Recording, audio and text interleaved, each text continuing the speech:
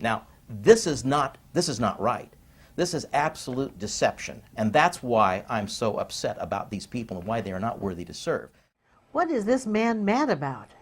In the peaceful environment of southern Orange County, California, there's a revolution taking place.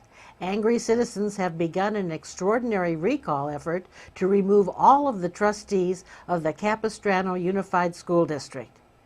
Full disclosure took our cameras down to beautiful Rancho Santa Margarita to investigate this uprising. The financial mismanagement of our district has really grinded at me, to be honest with you. We were being used as parents. We were raising funds to provide services for our children. Well, were they taking that money and traveling about and spending it on themselves in other areas? So I quickly became no longer the person that wanted to raise all the money, but wanted to know where the money was going.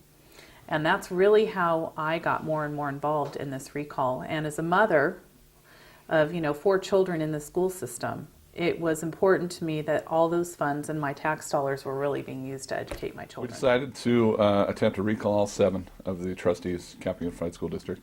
To do that, we had to garner 20,000 signatures for each person, meaning 140,000 total, a little bit more, closer to 143,000.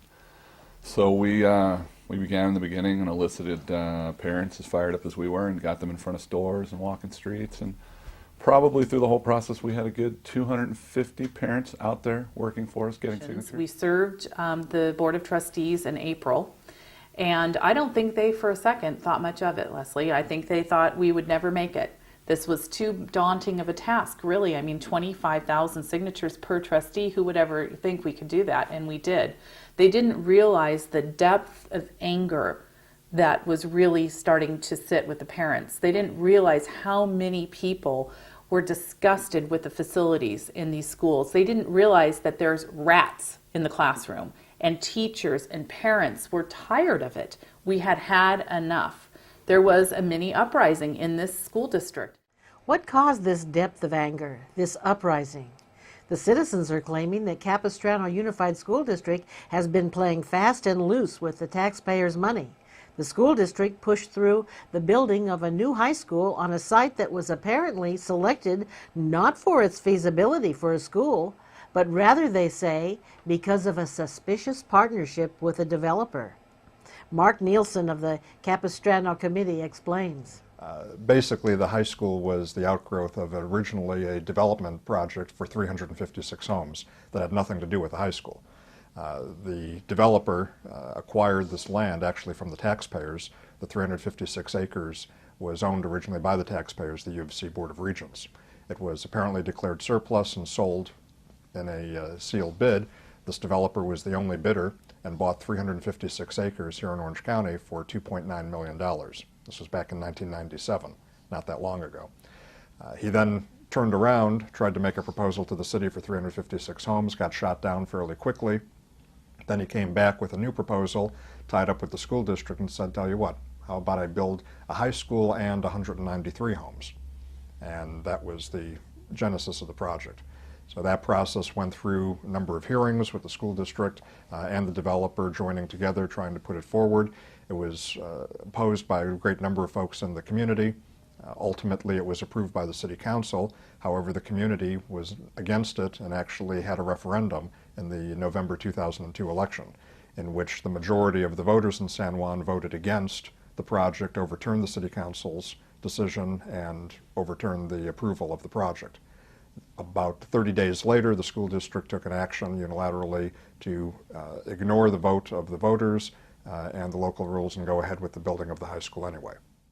We asked Mr. Nielsen to illustrate what's wrong with the current site. It so happens that that acreage is next to a dump. It's right next to high power lines from the power company, and next to a road. The only access road in is a road that's not even a public highway. They had to enter into an agreement with the county to indemnify the county to use that road for access to the high school.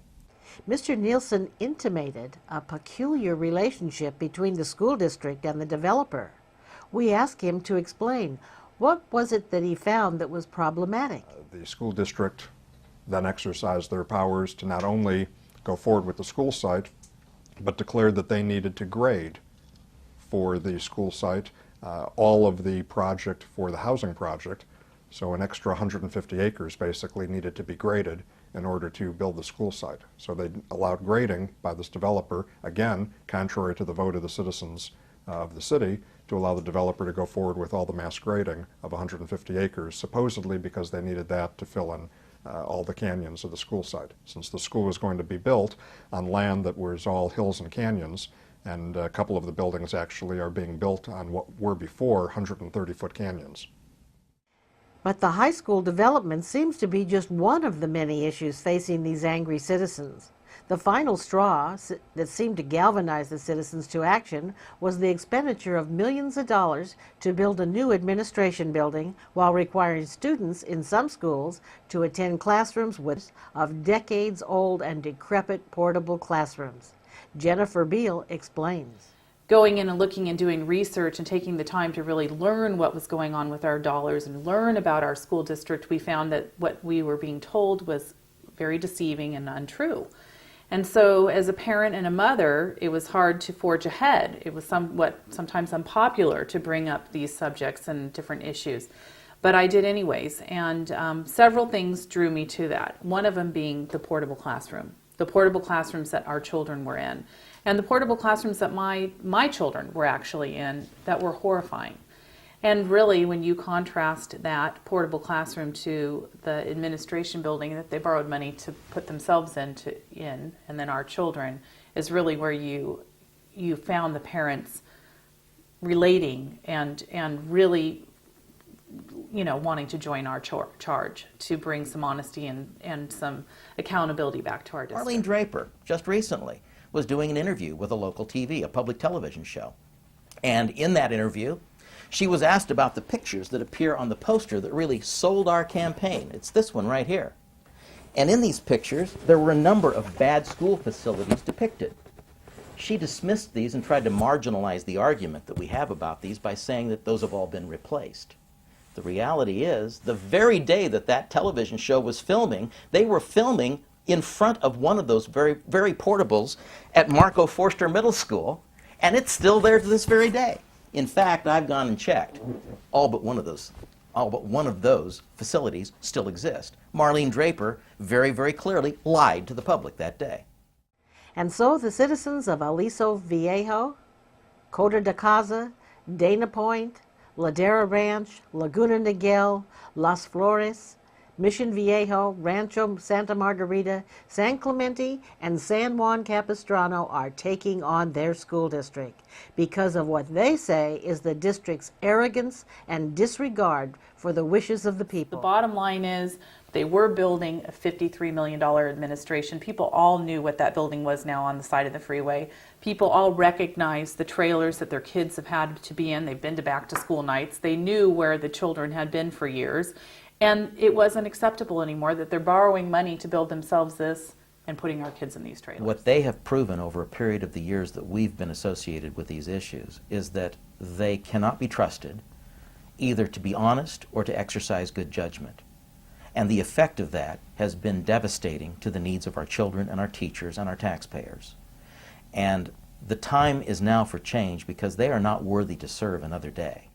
We want to hear from you, the viewers. What do you think? Does your local school board use your tax money to best serve the needs of the children? Are your trustees or the members of your school board granted car allowances and financial perks while your schools and teachers are deprived of needed facilities? Do you think you have the power as a citizen to direct the actions of your local school board? Please respond to our survey and be sure to leave your comments below. And let us know if you would like to learn more about this ongoing revolution. As you can see, full disclosure is not in the business of distorting the news. We're not in the business of trying to convince our viewers, only to inform them. We're a nonprofit educational organization. We provide the platform and the vehicle where you can hear the various perspectives. It's up to you, the viewers, to determine what is right and what is wrong. If you want full disclosure to continue to shine the light of truth on important issues that the mainstream media just won't do, then we need your support. There are so many important issues facing our communities, our state, and our nation, and your tax-deductible contribution can help us get the word out to continue informing the public. You are invited to join the Friends of Full Disclosure. Your support will help assure that we can reach more and more people and improve the production quality of our programs. All you have to do is send us the much-needed support using PayPal. Just click on the link below and join at whatever level you can afford. Our goal is government accountability. When the people are informed on the issues, then the people in government must do what is right, because they know we're watching. Together we can make a difference, but we need your support to continue bringing you the news behind the news. Please contribute what you can. Thank you.